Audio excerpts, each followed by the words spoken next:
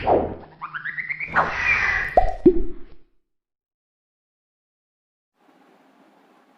Students, कैसे हैं आप सभी। मैं अजय वत्स स्वागत करता हूं आप सभी का आपके अपने यूट्यूब चैनल फिजिक्स फाउंटेन में। और आज की जो हमारी क्लास है ये 10th लेक्चर है हमारा 11th फिजिक्स का। ठीक है, आज से पहले जो भी लेक्चर हमने पढ़े हैं उन सभी का लिंक जो आपको नीचे वीडियो के डिस्क्रिप्शन बॉक्स में मिल जाएगा। उनकी जो प्लेलिस्ट हमारे चैनल पर बनी हुई है, जितने लेक्चर आज से पहले 9 लेक्चर डले हैं, तो उन सभी का लिंक जो है आपको नीचे वीडियो के डिस्क्रिप्शन बॉक्स में मिल जाएगा। और पिछली क्लास की बात करें हम, तो पिछली क्लास में हमने न्यूमेरिकल्स जो है कुछ किए थे। एक न्यूमेरिकल हमने सोल्व करके देखा था कि कैसे हम यूनिट का कन्वर्जन करते हैं डायमेंशनल एनालिसिस के थ्रू। ठीक है, तो आज उसका एक क्वेश्चन जो है मैंने आपको खुद सोल्व करने के लिए दिया था। उम्मीद करता हूँ कि आपने कर लिया होगा, फिर भी मैं एक बार करवा देता हूँ ताकि आप उसको मैच कर पाएँ कि आपका जो आंसर आया है, आपने जो तरीका से किया है वो ठीक किया होगा, और उसका जो आंसर वो आप इजीली जो है उससे मैच करके देख सकते। ठीक है, तो मैं डायरेक्ट लिखूंगा आज की क्लास में। ज़्यादा डिटेल से इस क्वेश्चन को हम नहीं करेंगे, क्योंकि जो हमारी ये जो जी यूनिवर्सल ग्रेविटेशन कॉन्स्टेंट था हमारा, इसकी वैल्यू हमें क्या दी गई है, इसकी वैल्यू हमें दी गई 6.67 इंटू 10⁻⁻11 न्यूटन मीटर स्क्वायर पर किलोग्राम। ठीक है, इसके बारे में जो है मैंने आपको बता दिया था, जो पिछली क्लास थी हमारी, जब मैंने इस न्यूमेरिकल को दिया था, तो उसको कैसे आपने जो है सोल्व करना था उसके डायमेंशन को, और पहले भी हमने की थी। तो उस चीज़ को हम यहाँ से डायरेक्ट मैं लिख रहा हूँ, आप उसको सोल्व करके देख लेंगे। किसी ने नहीं अभी तक की है तो आप उसको जो है वहाँ से जा करके देख। इस क्लास में बता देता हूँ कि जो हमने फोर्स का फॉर्मूला लगाया था F=G m1m2/r², उसका यूज करके भी हम इस चीज़ को निकाल सकते हैं। तो आप उससे भी निकाल सकते हैं, और ये यूनिट्स थी जो हमारी, इनका यूज करके भी आप निकाल सकते हैं। न्यूटन जो था हमारा, इस न्यूटन को हम क्या लिख सकते थे, kg मीटर पर सेकंड स्क्वायर। तो उस चीज़ से यूज करके काट पीट के इसकी डायमेंशन जो हमारी वही है। ठीक है, अब बात करते हैं हम इसका कन्वर्जन कैसे करेंगे हम सीजीएस सिस्टम के। तो हमारे पास जो हमें पता है कि जो फिजिकल क्वांटिटी होती है उसको हम कैसे लिखते हैं, इस फॉर्म में लिखते हैं। ये कोई फिजिकल क्वांटिटी 2 है, ये कोई 1 है। 1 में क्या है अभी हमारा n1 u1 क्या था हमारा न्यूमेरिकल वैल्यू, और जो है u1 क्या था हमारा यूनिट्स थी। ठीक है, तो इन चीज़ों का यूज करेंगे जब हम, तो हमें क्या निकालना है, हमें निकालनी है कि n2 की क्या वैल्यू होगी। ठीक है, कि कितने टाइम्स जो है वो हमारा आएगा। तो n2 को निकालने के लिए हम क्या करेंगे, n1 u1/u2। ये हमारा क्या होगा, ये चीज़ हमने सोल्व कर दी। अब हम इसका यूज करते हैं और देखते हैं कि हम इसको कैसे सोल्व करते हैं। ठीक है, मान लेते हैं कि हमारे पास क्या आया था m-1 L3 और T-2, ये हमारी डायमेंशन आई थी। इस डायमेंशन को लिखने के लिए हमें क्या करना था, जो हमारा फर्स्ट था u1 के लिए m1 कोई मास होगा, L1 कोई लेंथ होगी और T1 कोई टाइम होगा। सिमिलरली m2 L2 और T2 होगा। ठीक है, और यहाँ n1 हमारा था और ये n2 हमारा था। इसको फाइंड आउट करना था, इसकी वैल्यू हमें दी गई थी 6.67 इंटू 10⁻11। ठीक है, ये हमारी इसमें दी गई थी। टाइम की बात करें तो इसकी यूनिट सेकंड हमें दी हुई है, लेंथ की मीटर होती है, और ये m जो है हमारा इसकी किलोग्राम रहेगी, क्योंकि ये कैसा सिस्टम हमारा किलोग्राम SI यूनिट सिस्टम था। ठीक है, तो यहाँ से हमारी SI यूनिट्स जो थी हमने लिख ली। अब इसको चेंज करना था CGS में, तो इसकी CGS क्या थी, ग्राम, ये हमारा सेंटीमीटर, और ये हमारा क्या था सेकंड, एज इट इज रहेगा। ठीक है, इसको चेंज करना था। दूसरा, अगर इसकी हम बात करें डायरेक्ट इसको लिखें, तो ये डायरेक्ट किस क्या होता है, हमने लिखना फॉर्मूले के थ्रू है, बट यहाँ हम अगर इसकी डायरेक्ट बात करें तो ये क्या होता है हमारा डाइन। न्यूटन को हम डाइन लिखेंगे कब, सीजीएस सिस्टम के अंदर।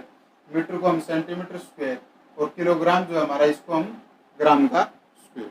ठीक है, तो अब बात करते हैं हम इसका यूज करें, इसमें रखें इसको डायरेक्ट। अगर इस फॉर्मूले में हम रखते हैं, हमारे पास क्या था n2 एज इट इज, क्योंकि कैलकुलेट करना है हमें।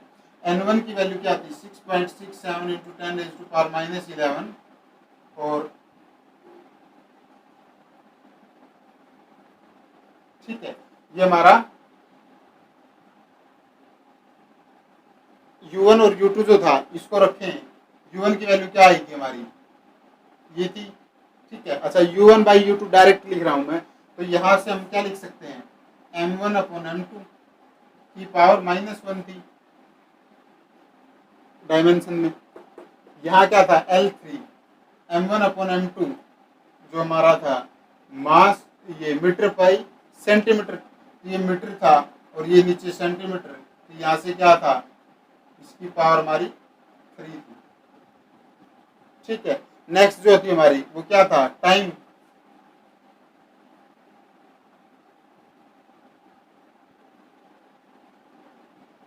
टाइम के लिए क्या था, T1 बाई T2,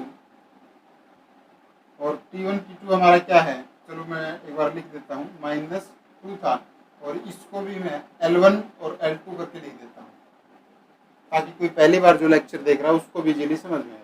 ठीक है, अब ये चीजें हैं, m1 m2 की वैल्यू पुट करो, L1 L2 की और T1 T2 की, लेकिन कैसे पुट करनी है, हमने पुट करनी है ये दोनों जो है सेम क्वांटिटी रहें। ठीक है, जो हम किलोग्राम है इसको डायरेक्ट ग्राम्स की टर्म में ही लिखेंगे। तो यहाँ से लिखा, तो यहाँ से जो ये अगली टर्म थी हमारी, ये एज इट इज आ गई n1 की जगह। ठीक है, यहाँ हमारा क्या था, n2 हमें कैलकुलेट करना था। m1 की वैल्यू क्या होगी, 1000 ग्राम, नीचे क्या आएगा ग्राम, इसकी पावर -1। वहीं L1 अपॉन L2 करें तो 1 मीटर के अंदर 100 सेंटीमीटर और नीचे सेंटीमीटर एज इट इज, इसकी पावर 3 टाइम्स। वही बात करें इसकी तो सेकंड बाई सेकंड ये सेम थी, कोई फर्क नहीं इसका, तो इसको हम यहाँ से डायरेक्ट हटा रहे हैं, बार बार ना लिखना। ठीक है, अब नेक्स्ट बात करें हम, अगर 1000 ग्राम, तो ग्राम से ग्राम हमारा कैंसिल आउट, यहाँ सेंटीमीटर से सेंटीमीटर हमारा कैंसिल आउट। यहाँ हमारा 1000 की पावर कितनी है, -1। अगर हम इसको 10 की टर्म्स में लिखें तो हमारे पास क्या आएगा, 6.67 इंटू 10⁻⁻11 इंटू 10⁻⁻3, क्योंकि 10⁻3 ये है और -1 बाहर है, तो ये दोनों मल्टीप्लाई होंगे तो -3 हो जाएगी। यहीं अगर हम इसकी बात करें तो 10⁻2 था और बाहर क्या हमारा 3 है, तो 10⁻6। ठीक है, ये इजी मैथ है हमारा, मैथ की जो है ये कैलकुलेशन है, इसको हम डायरेक्ट यूज करेंगे। अब बात करते हैं हम इन दोनों, क्योंकि ये 10 जो हमारा क्या है, बेस सेम हो गया ना, 10 है, 10⁻11 10⁻3 कितने हो गए, 10⁻14। वही बात करें हम 10⁻+6, तो यहाँ से जब इसको -14 के अंदर ऐड करेंगे हम तो हमारे पास क्या आ जाएगा, यहाँ से हमारे पास आ जाएगा 6.67 इंटू 10⁻8 9 सेंटीमीटर। ठीक है, तो ये हमारा क्या आ जाएगा, ये हमारी इसकी यूनिट कन्वर्जन के बाद CGS यूनिट आ जाएगी। ठीक है, यहाँ से अगर हम इसकी बात करें तो ये हमारा क्या आ जाएगा, 6.67 इंटू 10⁻8, ये क्या हो गया हमारा, ये हमारा आ गया N2 जो हमने यहाँ से कैलकुलेट किया, और इसकी जो यूनिट्स थी वो यूनिट्स जो हमने वो डायरेक्ट वहाँ से वो लिखी थी। ठीक है, तो ये इसका कन्वर्जन था यूनिट का, वो हमने किसकी हेल्प से किया था, इस MLT जो हमारी डायमेंशन थी उसकी हेल्प से किया। ठीक है, नेक्स्ट जो है हम वो देखेंगे क्या है, वो हमारा नेक्स्ट टॉपिक है कि हम डेरिवेशन फॉर्मूला जो हम ये लिख रहे हैं, इस फॉर्मूले को हम ड्राइव कैसे करेंगे वो चीज़ देखते हैं। एक दो इजी एग्जांपल लेते हैं, फिर आगे कंटिन्यू करेंगे। लेकिन वो डेरिवेशन जो है हमारी वो किसके हेल्प से होगी, वो हमारी जो डायमेंशनल एनालिसिस जो है हमारे डायमेंशंस हैं उनकी हेल्प से हम उसको सोल्व करेंगे। तो एक बार ये नोट डाउन कर लीजिए, मैच कर लीजिए, फिर नेक्स्ट चलते हैं। तो ये क्या है हमारा, ये क्वेश्चन है, और जो टॉपिक है वो टॉपिक का नाम है कि driving the relation between physical quantities using dimensional analysis, DA dimensional analysis, PQ physical quantity. तो इसमें बात करते हैं, हमें डिटेल्स जो इसके बारे में कुछ ना कुछ होनी चाहिए तभी तो हम उसको निकाल पाएंगे। तो इसमें हम इसके अंदर जो है वो क्वेश्चन की फॉर्म में जो है उनको सोल्व करेंगे। ठीक है, वैसे ही एक टॉपिक है फॉर्मूले ड्रा करने का, लेकिन इसमें कुछ है कि फॉर्मूले हम ड्रा करेंगे, तरीका आप सीख लीजिए, उसके बाद आप जो चाहे वो फॉर्मूला जो है इससे ड्राइव कर सकते हैं। इसके एक लिमिटेशन भी है कि ये किसी कांस्टेंट, क्योंकि हमने पिछली जो क्लास थी उसमें भी देखा था कांस्टेंट जो टर्म्स होंगी उसकी वैल्यू हमें नहीं दे। ठीक है, कल हमने जो प्रॉपर्टी जो इसकी डिस्कस की थी, एप्लीकेशन जो डिस्कस की थी पिछली क्लास में, तो उसमें हमने क्या पढ़ा था, उसमें यही पढ़ा था कि जो S is equal to U T plus half A T square जो हमने एग्जाम्पल लिया था, उसमें अगर हम हाफ की वैल्यू कुछ भी चेंज कर दें तो ये हमें ये नहीं बताएगा कि ये इक्वेशन सही है या गलत। ठीक है, जो करेक्टनेस वाला जो चेक किया था हमने, तो उसमें उस चीज़ के बारे में ऑलरेडी डिस्कस किया था। यहाँ भी वही सेम काम होने वाला। ठीक है, ये इसकी लिमिटेशन है, तो हर जगह रहेगी। ये तो है नहीं कि इस क्वेश्चन में नहीं रहेगी, पिछले क्वेश्चन में थी। ठीक है, ये डायमेंशनल एनालिसिस की जो हमारी वो लिमिटेशन है वो। ठीक है, डिसएडवांटेज है। तो पहले जो हम देखते हैं कि हमें क्या दिया गया है क्वेश्चन के अंदर कि फोर्स एफ जो है वो एक्ट कर रहा है किसी बॉडी या पार्टिकल के ऊपर। ठीक है, वो किस पर डिपेंड करेगा, वो कह रहा है कि जो पार्टिकल या बॉडी का जो मास है एक तो उस पर डिपेंड करता है, सेकंड बात बोलता है कि जो उसकी एक्सेलरेशन होगी उस पर भी डिपेंड करता है। तो उसके लिए अब हमें एक्सप्रेशन करना है तैयार, किसके लिए, फोर्स के लिए, उसको ड्राइव करना। ठीक है, इन दो टर्म्स का यूज करते हुए डायमेंशनल एनालिसिस की हेल्प से। तो क्वेश्चन आपने लिख लिया होगा, इसको समझेंगे। जो जो चीज़ें इसमें हमें दी गई है पहले हम उसको लिखते हैं। तो फर्स्ट जो थिंग हमें दी गई है वो क्या दी गई है कि force is directly proportional to, क्योंकि वो डायरेक्टली डिपेंड कर रहा है ना, उसने लिखा है कि ये डिपेंड कहाँ करेगा, पार्टिकल के मास के ऊपर। तो मान लेते हैं ये हमारा मास है। अब मास भी कितना भी हो सकता है, मास कितना गुना है, कितना है। मान लेते हैं कि किसी बॉडी का मास m दिया है, लेकिन वो डिपेंड कहाँ कर रही है, m स्क्वायर पर। इसका हमें चलो पहले एक बार और लिख देता हूँ मैं। हमें पहले से पता है कि इसका फॉर्मूला क्या होता है हमारा, force is equal to ma। ठीक है ना, इस चीज को हम इससे सॉल्व करेंगे किसकी मदद से, डायमेंशनल एनालिसिस की हेल्प से। ठीक है, तो हमें क्या दिया गया है कि force is directly proportional to mass, लेकिन मास कितना हो सकता है उसको मान लेते हैं, चलो इसकी पावर x है। ठीक है, कैलकुलेट करेंगे कि आगे कितना आएगा, x की वैल्यू भी कैलकुलेट करेंगे। नेक्स्ट जो इसकी डेफिनेशन थी वो क्या कह रहा है कि एक्सेलरेशन के भी डायरेक्टली प्रोपोर्शनल है, वो उस पर डिपेंड कर रहा है। तो एक्सेलरेशन भी लिख ली, एक्सेलरेशन कितने गुना है, कितना क्या है उसको भी नहीं पता, तो उसको भी हम y से मान लेते हैं। ठीक है, अब इन दोनों डेफिनेशन जी थी, दोनों स्टेटमेंट्स थी हमारी, इनको कंबाइन करते हैं और देखते हैं कि f की वैल्यू हमारे पास क्या आई। f is directly proportional to m की पावर x और a की पावर y। अब यहाँ से ये जो कांस्टेंट है, ये प्रोपोर्शनलिटी जो साइन है, इसको हटाएंगे तो यहाँ से हमारे पास क्या आएगा, f is equal to k mx ay। और ये जो हमारा ये क्या है, डायमेंशनलेस है, प्रोपोर्शनलिटी कांस्टेंट।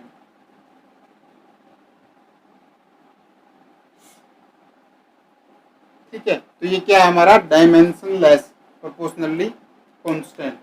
तो यहाँ से हमारे पास जो k है उसकी कोई डायमेंशन नहीं है, f m और a। तो इनकी डायमेंशंस लिखो। ठीक है, फोर्स की डायमेंशन आपको याद होनी चाहिए, मैंने उस टाइम भी कहा था, F is equal to M L T minus two. ये हमारी किसकी डायमेंशन है, ये हमारी फोर्स की डायमेंशन है। एक्सेलरेशन की बात करें हम, तो एक्सेलरेशन क्या होता है, मीटर पर सेकंड स्क्वायर। तो यहाँ से हमारे पास क्या आएगा, एल टी माइनस टू। और वहीं मास की बात करें तो इसकी क्या होती है हमारी, अब इस इक्वेशन के अंदर हम इसको पुट करेंगे तो यहाँ से हमारे पास क्या आ जाएगा, फोर्स की हमने M L T minus two as it is put की। ठीक है, उस तरफ हमने मास जो था हमारा इसकी करनी है, क्योंकि हमारा क्या है, डायमेंशनलेस है, क्योंकि प्रोपोर्शनलिटी कांस्टेंट है, तो इसकी कोई डायमेंशन नहीं, कोई डायमेंशन नहीं, तो यहाँ से गायब, हमने नहीं लिखा।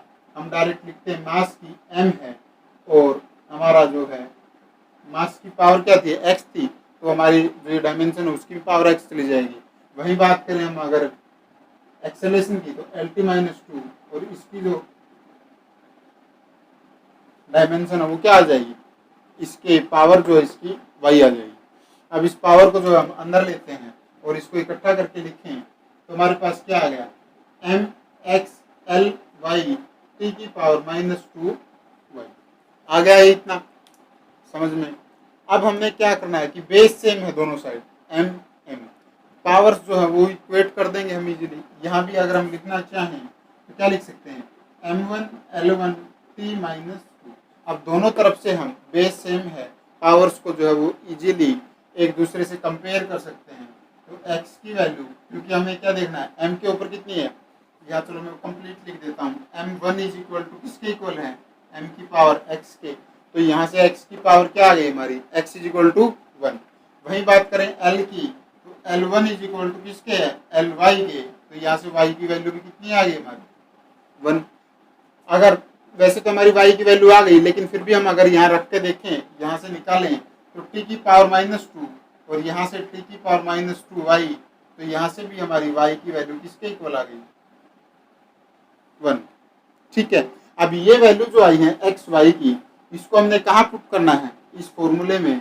ये जो फॉर्मूला हमने कैलकुलेट स्टार्टिंग में जो हमें ड्राइव करना था, जो चीज़ें जो कंडीशन हमें दी गई थी उस कंडीशन में पुट करें, तो हमारे पास क्या आएगा, f इज इक्वल टू के m1 और a की पावर 1। इस 1 को हम अगर लिखें तो भी कोई बात नहीं है, और ना लिखें तो भी कोई बात नहीं है, के एम। ये हमारा क्या होगा, एक्सप्रेशन होगा फोर्स के लिए, किसके टर्म्स के अंदर, डायमेंशनल एनालिसिस की हेल्प से इसको ऐसे सोल्व करेंगे। अब बात आती है हमारे इस के की, तो ये के की वजह से हमारा क्या है, के हमारा डायमेंशनलेस क्वांटिटी थी, कांस्टेंट प्रोपोर्शनलिटी कांस्टेंट था। बाद में अगर हम इसको लिखना चाहें तो आप यहाँ तक भी लिख करके छोड़ेंगे, क्योंकि डायमेंशनली हमने इसको कैलकुलेट करना था, वो हमने कैलकुलेट कर दिया यहाँ तक। लेकिन फिर भी अगर आप आगे लिखना चाहें तो एक्सपेरिमेंट से इसकी जो वैल्यू आई है के की, वो किसके इक्वल, हमारी 1 के इक्वल। तो आप वो यहाँ पर लिख सकते हैं कि F is equal to directly F is equal to M A. ठीक है, तो लिखें, एक बार इसको आप नोट डाउन कर लो। एक बार मैं फिर से इसको रिपीट कर देता हूँ, आपको रिवाइज करवा देता हूँ। हमें क्या दिया हुआ था, फर्स्ट जो कंडीशन दी गई थी कि force is directly proportional to M, क्योंकि फोर्स किस पर डिपेंड कर रहा है, मास ऑफ द पार्टिकल। तो mass of the particle M है, लेकिन कितना मास, वो स्क्वायर में है, क्यूब में है, कितनी पावर है उसकी, वो चीज़ हमें नहीं पता, तो हम उसको एक्स मान करके चलते हैं।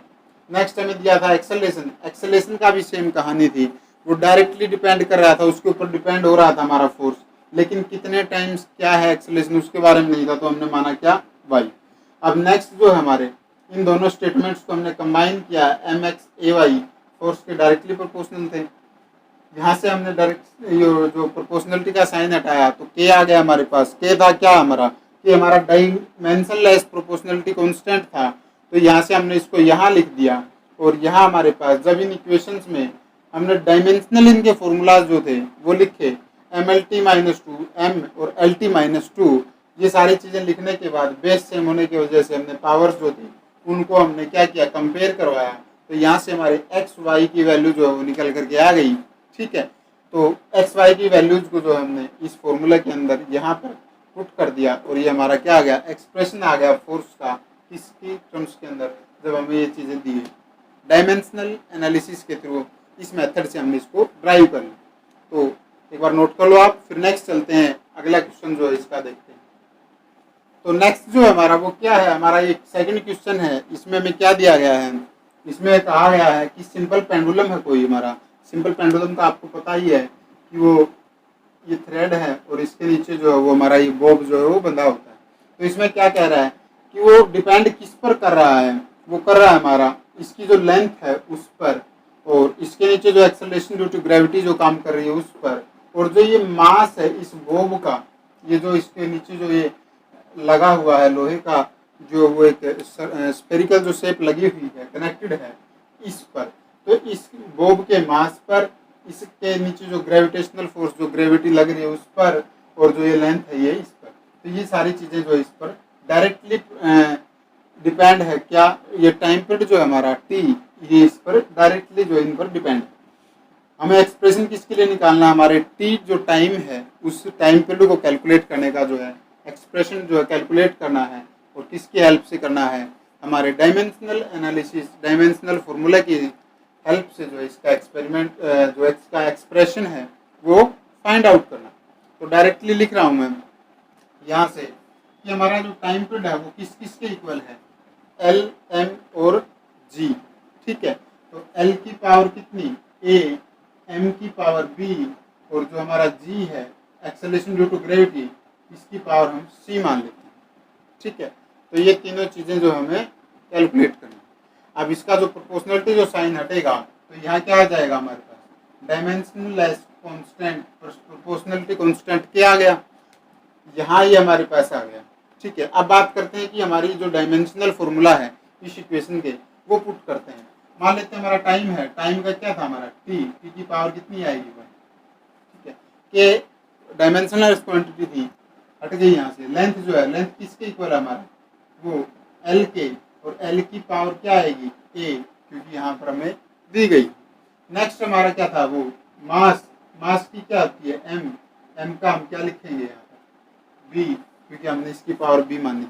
ठीक है, बी टाइम्स जो है जी, जो हमारा acceleration due to gravity, acceleration है, एक्सेलरेशन की क्या है, अभी पिछले क्वेश्चन में हमने की, तो वो क्या है एल टी माइनस 2, और इसकी जब हम सी अलग अलग करके लिखेंगे तो एल की पावर सी और टी की पावर माइनस 2c। तो अब इसको जब हम रीअरेंज करते हैं तो यहाँ से हमारे पास क्या है एम की पावर बी, एल की पावर ए प्लस सी, क्योंकि बेस सेम है पावर ऐड हो जाएगी, तो उसकी सी थी इसकी ए थी, तो ये दोनों ऐड हो जाएंगे। टाइम क्या आया -2c, तो यहाँ से हमारे पास t = 1 है। यहाँ से हम अगर लिखना चाहें तो हम क्या लिख सकते हैं m0 L0 t minus t1, minus नहीं t1, क्योंकि टाइम हमें निकालना है, टाइम दिया गया। ठीक है, इक्वेट कर दो, सेम वही काम कि कंपेयर कर सकते हैं, बेस सेम है तो कंपेयर करके यहाँ से b कितना आया हमारा 0, यानी कि जो हमारा मास था उस पर ये डिपेंड करेगा ही नहीं। ये चीज़ जो हमें एक्स्ट्रा इन्फॉर्मेशन दी गई थी, इसकी जो यूनिट है वो 0 है, तो इसको हम 1 लेकर के चलेंगे। नेक्स्ट जो हमारा लेंथ है, लेंथ की यहाँ से करें तो a प्लस सी = 0, यहाँ से एक इक्वेशन आ गई, क्योंकि दोनों के दोनों जो हमें अननोन है, इक्वल टू कोई वैल्यू दी गई है, यहाँ से कैलकुलेट नहीं कर सकते। बात करते हैं नेक्स्ट की, तो -2c किसके इक्वल है 1 के, टाइम की जो थी हमारी, तो यहाँ से c की वैल्यू क्या आई हमारी 1/2 माइनस का, तो -1/2c ये हमारी c की वैल्यू आई, तो यहाँ से a की वैल्यू क्या हो जाएगी हमारे पास a = 1/2। ठीक है, ये प्लस का हाफ, ये माइनस का हाफ।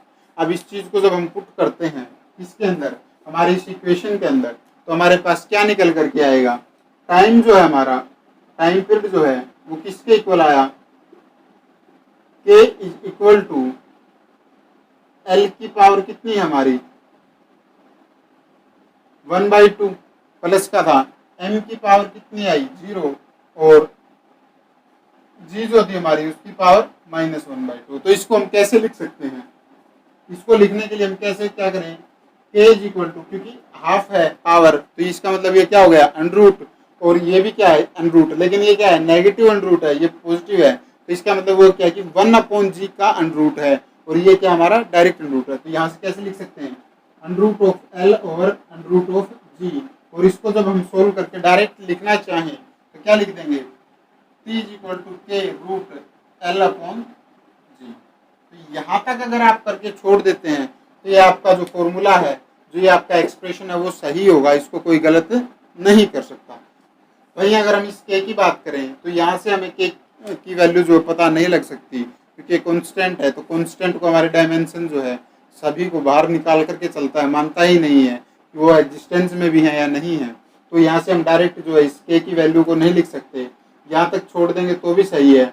और अगर हम बात करें कि k की वैल्यू क्या आएगी, तो वो आएगी 2π, और वो किससे आई है हमारी एक्सपेरिमेंट से आई है, एक्सपेरिमेंट की मदद से आई है।